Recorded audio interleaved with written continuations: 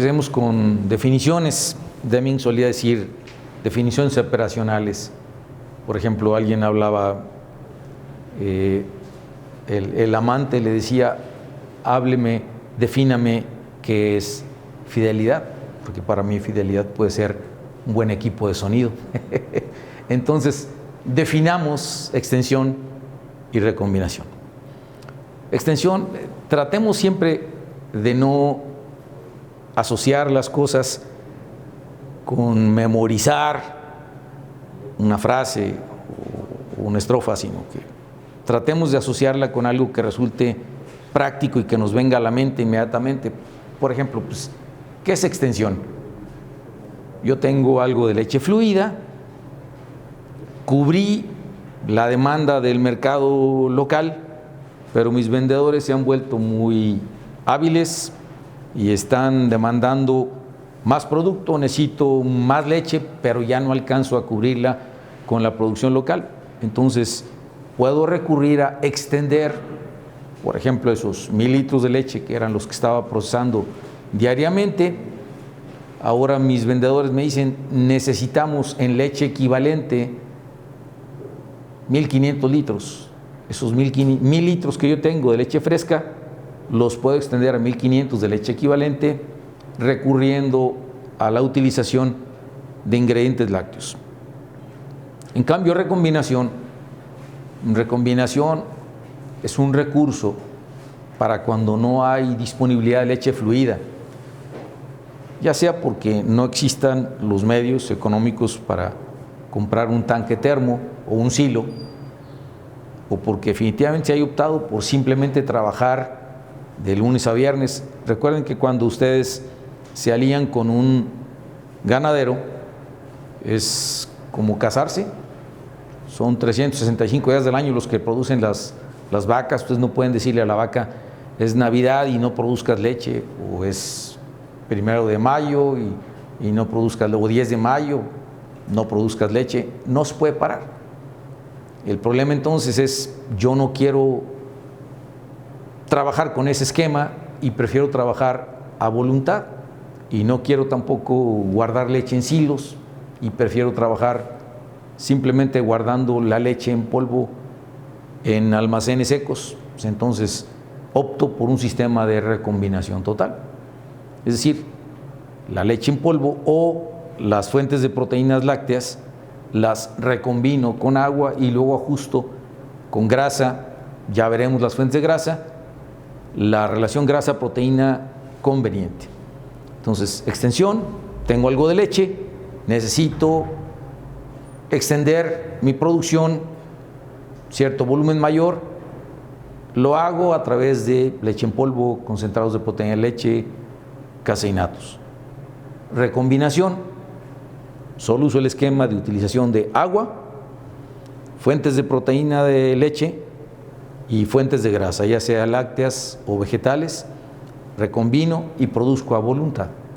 Los ingredientes lácteos de los que vamos a hacer uso o a los que vamos a hacer alusión son la leche en polvo entera, más o menos 26% de proteína, 26% de grasa.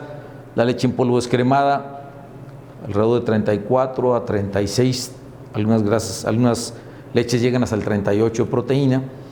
Concentrados de proteína de leche, cuando se empezó a hacer más económico, más rentable la utilización de filtración por membranas, empezaron a llegar al mercado concentrados de proteína de leche.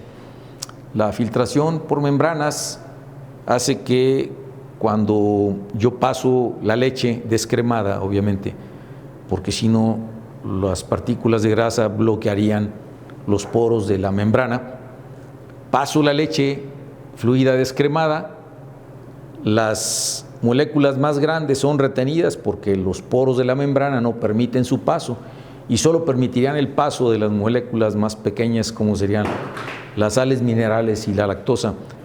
Por consiguiente, en el interior se va a retener la proteína y va a permear la lactosa y las sales minerales. Por eso, entre los ingredientes tenemos algo que se llama permeado, ya sea de leche o de suero, porque el mismo esquema se puede usar para concentrar las proteínas de suero, no solamente las de leche. Cuando concentramos las proteínas hay que observar, esto es obviamente, se concentran en líquido y esto permite una concentración de 3 veces. Si yo estoy embarcando, por ejemplo, leche fluida, una distancia considerable, hay que tomar en cuenta que embarcamos aproximadamente entre el 12 y el 13% de sólidos, pero si embarcamos 3 veces la concentración equivaldría a bajar en 2/3 el costo de transporte. Entonces es más eficiente para extensión de leche, para quesos o simplemente para la producción de quesos como tal, con concentrados de proteína líquidos. Pero cuando son concentrados en polvo, luego de concentrarlos por membranas, se evaporan, se concentran al 40 de sólidos y se secan por aspersión. Y ahí es como tenemos el MPC o Milk Protein Concentrate, concentrado de proteína de leche. La diferencia entre un concentrado y un aislado reside en la cantidad de proteína que queda finalmente en el producto. El concentrado se limita más o menos al 80%, el aislado sube hasta el 90%. Pero en ambos casos, si se fijan, nunca ha habido una separación de las proteínas, la caseína de las proteínas séricas, nunca. Entonces, por consiguiente, tanto los concentrados como el aislado de proteína de leche tienen una relación más o menos 80-20, digo más o menos, pues no es exactísimo, pero grosso modo es 80-20, 80% de caseína, 20% de proteínas séricas. Lo mismo es en el aislado, o MPI, por las siglas en inglés de Milk Protein Isolate.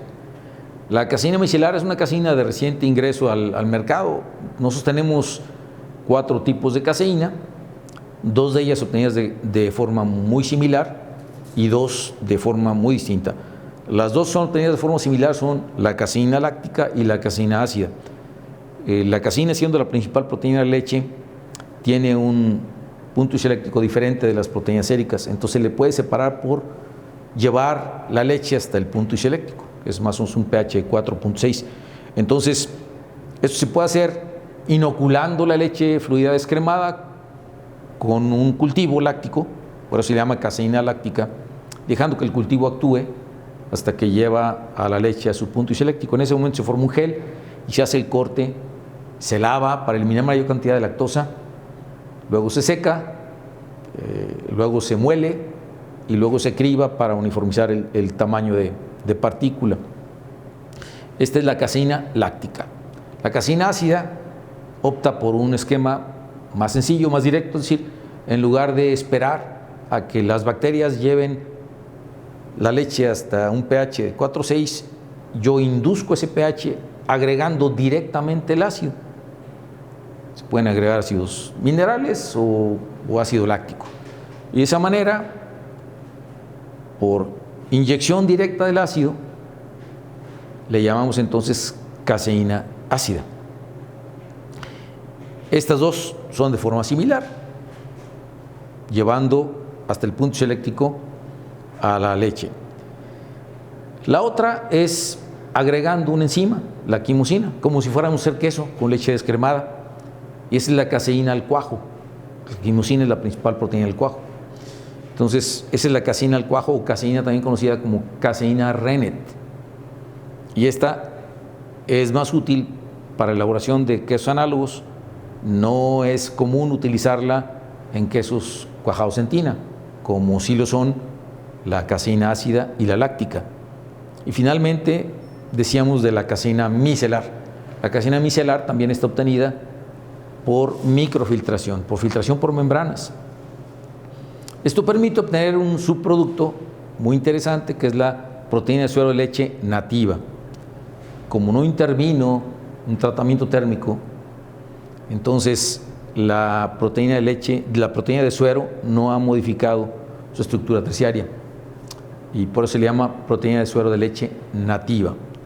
Y luego entramos, obviamente, como un subproducto de la producción del queso, el suero en polvo, y puede ser suero de queso o suero de mantequilla, dependiendo del proceso del cual se obtenga. En ambos casos, la concentración, la composición del suero de quesería y el suero de mantequilla son muy distintas, y las proteínas que intervienen en uno y en otro también son muy distintas. Entonces no podemos interpretar como si fueran algo semejante. La concentración de las proteínas del suero ha traído al mercado productos muy interesantes para la formulación, sobre todo de productos nutricionales, como son los concentrados de proteína de suero, en inglés Whey Protein Concentrate o WPC, o el aislado, igual que en la proteína de leche. El aislado indica que el grado de concentración de la proteína llegó hasta el 90%. Es la diferencia entre el aislado y el concentrado. Las proteínas de suero hidrolizadas pretenden bajar el grado de alergenicidad de la proteína láctea para usos nutricionales. Esto se lleva a cabo mediante reacciones enzimáticas. Y finalmente lo que hablamos, ¿no? El permeado de suero. Y cuando doy permeado de suero también puedo referirme a permeado de leche. En ambos casos se le suele llamar también con los sinónimos de suero desproteinado. Esencialmente lo que tenemos es, como les decía, una fuente de lactosa y sales minerales. En algunos casos ha servido de forma muy útil como una fuente importante de calcio para la complementación de calcio a ciertos productos, como algunas bebidas funcionales.